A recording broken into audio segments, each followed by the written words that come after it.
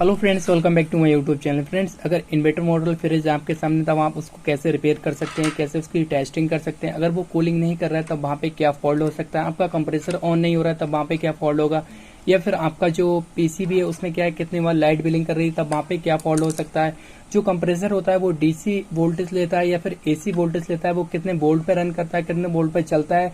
तो मैं कंप्लीट आपको इस वीडियो में एक्सप्लेन कर दूंगा कि इसमें क्या फॉल्ट होता है और क्या क्या वोल्टेज कैसे कहाँ पे कितने आप चेकआउट कर सकते हैं, क्या प्रॉब्लमें क्रिएट होती है जिससे कि वहाँ पे कूलिंग नहीं करता है, कंप्रेसर नहीं चलता है, पीसीबी फॉल्ट होती है, तब आप उसको कैसे आइडेंटिफाई कर सकते हैं। मैं इस वीडियो में क्या है आपको कंप्लीट एक्सप्लेन कर दूंगा। आपको क्या करना है, इस वीडियो को स्किप नहीं करना है, वीडियो को कंप्लीट वॉच कर लेना है जिससे कि मैं आपको जो इन्फॉर्मेशन दूं वो अच्छे से समझ आ जाए। एक चीज का आपको ध्यान रखना है, वीडियो अगर कंप्लीट आप वॉच कर लेंगे तो कभी भी इन्वर्टर मॉडल का फ्रिज जो होगा उसको रिपेयर करने में नो टेंशन होकर रिपेयर कर सकते हैं, कोई दिक्कत नहीं होगी, कभी कोई परेशानी नहीं होगी। बस क्या है, वीडियो को आप पूरा देख लें। तो सबसे पहले आपको क्या करना है, जो आपका फ्रिज होगा वहाँ पे क्या आपको सप्लाई देनी है 220 वोल्ट। वहाँ पे आपको देख लेना है जहाँ आप प्लग टॉप लगाएंगे तो वहाँ पे क्या है 220 वोल्ट एसी आना चाहिए।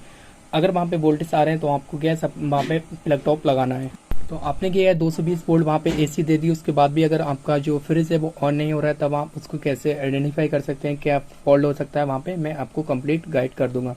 तो यहाँ पे क्या है, कंप्रेसर होता है, कंप्रेसर पे वहाँ पे रेफ्रिजरेंट लिखी होती है कि आपकी R600A रेफ्रिजरेंट है, फिर R134A रेफ्रिजरेंट है। तो वहाँ पे क्या है, आपकी जो कंप्रेसर है कंपनी वहाँ पे मेंशन करके देती है। कभी भी आप गैस चार्ज करें तो पहले आप स्टिकर पे देख लें कि वहाँ पे कौन सी रेफ्रिजरेंट है इस फ्रिज में। उसके बाद आप देख रहे हैं यहाँ पे क्या है, पीसीबी लगी होती है। पीसीबी का जो होता है बॉक्स होता है, यहाँ पे आप दो नट होते हैं, किसी में 3 नट होते हैं। तो आप यहाँ से ओपन करके उसके बाद पीसीबी को आप निकाल सकते हैं। और एक चीज का आपको ध्यान रखना है, जो पीसीबी होती है आपकी, अगर आप सोचे कि कोई सा जैक हम इधर से उधर कर दें या फिर जैक इधर से उधर लगा दें तो ऐसा बिल्कुल नहीं होगा। जो जैक जिसमें एक्यूरेट है उसी में बैठेगा, वो उसी में फिट होगा। तो कोई सा जैक अगर आप इधर से उधर करना चाहें फिर भी वो जैक वहाँ पे नहीं लगेगा। जो जैक जिसका जिस जगह लगा है वो वहीं पे लगेगा। इसमें कोई कंफ्यूजन वाली बात नहीं है। अगर आप सोच रहे हैं कि वहाँ पे हमारा जैक जो है जैक सारे निकल गए तब हम उसको कैसे ठीक कर सकते हैं, इस पोर्ट में उसी पोर्ट में वो फिट होगा। इन्वर्टर फ्रिज जो होता है उसके मैं आपको कंप्लीट बता दूंगा कि वहाँ पे वोल्टेज कैसे आप चेकआउट कर सकते हैं और एसी वोल्ट और डीसी वोल्ट पे ये कैसे वर्क करता है वो मैं आपको प्रैक्टिकली दिखाऊंगा। अभी क्या है, जो कंप्रेसर है वो वेरिएबल स्पीड पे होता है और इसकी जो स्पीड होती है अप डाउन रहती है, कभी ज्यादा है कभी कम है। कूलिंग के हिसाब से ये स्पीड मतलब कम ज्यादा होती रहती है, तो उसी के हिसाब से वोल्टेज भी ये कम ज्यादा होते रहते हैं। ठीक है, मैंने कंप्रेसर ऑन कर दिया। उसके बाद ये आप देख रहे हैं 2 वायर है यहाँ पे, लाइन न्यूट्रल मैंने यहाँ पे दे दिए और उसके बाद ये कंप्रेसर जो है ऑन हो गया। एक पिन जो है आपको किसी एक वायर पे लगा लेना है। उसके बाद जो वायर है, जो मीटर है, आप मीटर को क्या करें एसी वोल्ट पे सेलेक्ट कर दे। मैंने कर रखा है एसी वोल्ट पे सेलेक्ट। उसके बाद क्या कर रहा हूँ, मैं एक एक नोब इसमें लगा रहा हूँ। आप जो देख रहे हैं इसका जो UVW है यहाँ पे एक एक मतलब पॉइंट पे मैं इसको लगा रहा हूँ, दूसरी वाली जो नोब है। तो इस तरीके से आप नोब लगा रहे हैं। उसके बाद आप वोल्टेज देख रहे हैं, वोल्टेज तीनों में सेम रहेंगे। तो इस तरीके से ये वोल्टेज जो होते हैं सेम रहते हैं तीनों में। तो मैंने क्या यहाँ पे वोल्टेज जो है मैंने चेक कर दिया आपको कि एसी वोल्ट आप इस तरीके से चेकआउट कर सकते हैं और ये सेम रहते हैं वोल्टेज। उसके बाद मैं आपको डीसी पे सेलेक्ट करके दिखाता हूँ। तो मीटर जो है, मीटर को मैंने डीसी पे सेलेक्ट कर दिया। उसके बाद आप देख रहे हैं ये जो वोल्टेज है, एक पिन आपको वहीं पे लगा रखे रहनी है जहाँ पे आपने पहले से लगाई। अब उसके बाद स्टेप बाय स्टेप मैं तीनों में लगाऊंगा। ये UVW जो है तीनों में लगा रहा हूँ। तो आप देख रहे हैं ये जो है इसकी स्पीड के अकॉर्डिंग वोल्टेज रहते हैं और यहाँ पे जो वोल्टेज होंगे वो बिल्कुल ही सेम होंगे, तीनों में सेम होंगे। तो ये आप देखें बिल्कुल सेम है तीनों में। एसी इस तरीके से और डीसी इस तरीके से चेक कर सकते हैं। तो डीसी वोल्ट भी आप देख रहे हैं ये स्पीड के अकॉर्डिंग ही रहते हैं, अप डाउन रहते हैं ये एसी डीसी। तो यहाँ पे जो है वोल्टेज, अब मैं एसी पे आपको दिखा रहा हूँ कि एसी पे आप इस तरीके से इसको चेकआउट कर सकते हैं।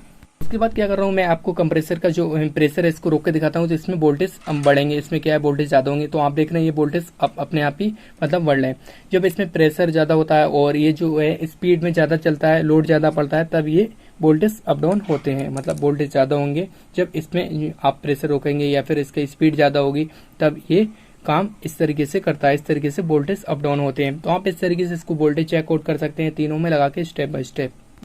तो मैंने क्या है 3 मतलब डिस्क्रिप्शन में लिंक दिए, वो आप जाके देख लें और ज़्यादा क्लियर हो जाए कि जो फ्रिज की रिपेयरिंग है कंप्लीट आप सीख जाएंगे। कंप्लीट चाहे वो डबल डोर रेफ्रिजरेटर हो या फिर सिंगल डोर रेफ्रिजरेटर हो, तो आप कंप्लीट उसको रिपेयर कर सकते हैं। जो तो ये जो है आपके सामने पीसीबी कार्ड है सैमसंग के, चाहे वो डबल डोर रेफ्रिजरेटर हो या फिर सिंगल डोर रेफ्रिजरेटर हो। तो आज जो मैं आपको बताऊंगा वो वहीं पे एरर कोड वो उसी के होगा, वो उसी में मतलब वही फॉल्ट होगा उसमें, चाहे वो डबल डोर रेफ्रिजरेटर हो या फिर सिंगल डोर रेफ्रिजरेटर हो।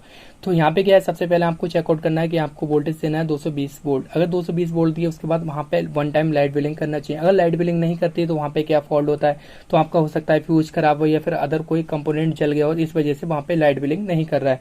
तो सबसे पहले तो आपको चेकआउट करना है कि आपके जो वोल्टेज है 220 वोल्ट यहाँ पर आना चाहिए। अगर वोल्टेज नहीं आ रहे हैं तो आप देखें कि आपके जो यहाँ पे आपने सप्लाई दी है वहाँ पे वोल्टेज आ रहे हैं या फिर नहीं आ रहे हैं। अगर आते हैं तो आप देखें आप क्या है 220 वोल्ट दिया, उसके बाद ये जो लाइट है बिलिंग करना स्टार्ट कर देगी। तो यहाँ पे क्या है, मैंने क्या है अभी इसको लगा लिया, इसकी जो डिवाइस है इसको ऑन करने के लिए ये डिवाइस लगा ली, उसके बाद मैंने सप्लाई दी, ऑन कर दिया इसको, वन टाइम लाइट बिलिंग कर रही।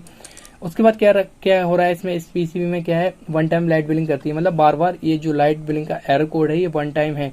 एक बार लाइट बिलिंग करती है फिर एक बार लाइट बिलिंग करती है, ये दिक्कत आ रही है, मतलब एक बार लाइट बिलिंग कर रही है। तो इसमें जो फॉल्ट होता है वो क्या फॉल्ट होता है, इसमें जो होता है इसका आईपीएम खराब होता है, जो इंटेलिजेंट मॉड्यूल पावर होता है ये फॉल्ट हो जाता है, तभी ये दिक्कत आती है। इसका जो आईपीएम है ये फॉल्टी है, इसी वजह से ये दिक्कत आ रही है। अगर आपको आईपीएम मिल जाता है तो आप उसको रिपेयर कर सकते हैं, रिपेयर करा के उसके बाद ये आपकी पीसीबी ओके हो जाएगी, कोई दिक्कत नहीं है। अगर आपका आईपीएम नहीं मिलता है, वैसे मोस्टली ये क्या है सैमसंग जो भी जितने भी पीसीबी कार्ड है उसमें क्या है ये आईपीएम नहीं मिलता है, इसी वजह से ये न्यू चेंज करना पड़ते हैं। तो आपका अगर आईपीएम मिल जाता है तो ज्यादा बेटर, अगर नहीं मिलता है तो आप इसको रिप्लेस करते हैं, आपकी प्रॉब्लम सॉल्व हो जाएगी। उसके बाद क्या है, ये मेरे पास दूसरा कार्ड है, इसमें क्या है 2 टाइम लाइट बिलिंग करती है। मैंने क्या है इसको ऑन कर दिया, उसके बाद आप देख रहे हैं जो एरर कोड है आपके सामने 2 टाइम लाइट बिलिंग करती है। अगर 2 टाइम लाइट बिलिंग करती है तो वहाँ पे क्या फॉल्ट होता है और आप इसको कैसे सॉल्व कर सकते हैं। तो वहाँ पे क्या है, पहले आपको नोट कर लेना है कि ये कितने टाइम लाइट बिलिंग कर रही है। ये क्या है 2 टाइम लाइट बिलिंग कर रही है, तो यहाँ पे भी जो दिक्कत है सेम दिक्कत है इसमें भी, इसका भी आईपीएम खराब है, जो इसी वजह से ये वर्क नहीं कर रही है। इसमें क्या होता है, जब आपका आईपीएम खराब होता है तो वहाँ पे कंप्रेसर ऑन नहीं होता है, तो आप क्या करें इस पीसीबी कार्ड को रिप्लेस कर दें, आपकी प्रॉब्लम सॉल्व हो जाएगी। उसके बाद ये वाला जो कार्ड है मेरे पास तीसरा कार्ड है, इसमें क्या है 3 टाइम लाइट बिलिंग करती है। इसमें क्या है थोड़ा डिफरेंट है, मतलब इसमें थोड़ा सा डिफरेंट ये है, वो मैं आपको एक्सप्लेन कर दूंगा। तो यहाँ पे क्या है आप पहले नोट कर लें, ये 3 टाइम मतलब 3 टाइम लाइट बिलिंग कर रही है, 1 2 3 मतलब 3 टाइम लाइट बिलिंग कर रही है। तो इसमें जो फॉल्ट है इसका क्या है, कंप्रेसर का अगर रूटर जाम हो जाता है तब ये दिक्कत आती है कि आपका कंप्रेसर नहीं चल रहा है, तो वहां पे क्या है 3 टाइम लाइट बिलिंग करेगी।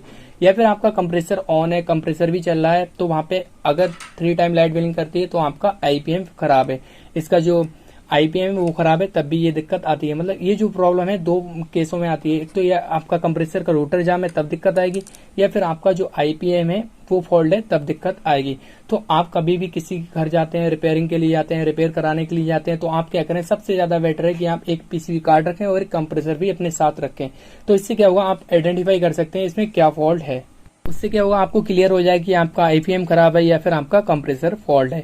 अगर 1 टाइम लाइट बिलिंग करती है तो आपका आईपीएम खराब है, 2 टाइम लाइट बिलिंग करती है तो आपका आईपीएम खराब है, अगर 3 टाइम लाइट बिलिंग करती है तो हो सकता है आपका कंप्रेसर का रूटर जाम हो या फिर आपका पीसीबी कार्ड का आईपीएम खराब हो। तो उस कंडीशन में आपको रिप्लेस करना पड़ेगा पीसीबी कार्ड को, अगर आपका पीसीबी कार्ड मतलब फॉल्ट है और आपका कंप्रेसर ओके है। तो आप क्या करें, हमेशा एक कंप्रेसर रखें इन्वर्टर मॉडल और पीसीबी कार्ड रखें एक सैमसंग का। सैमसंग का क्या होता है, चाहे आपका एलजी का हो तब भी वो काम कर जाता है पीसीबी कार्ड।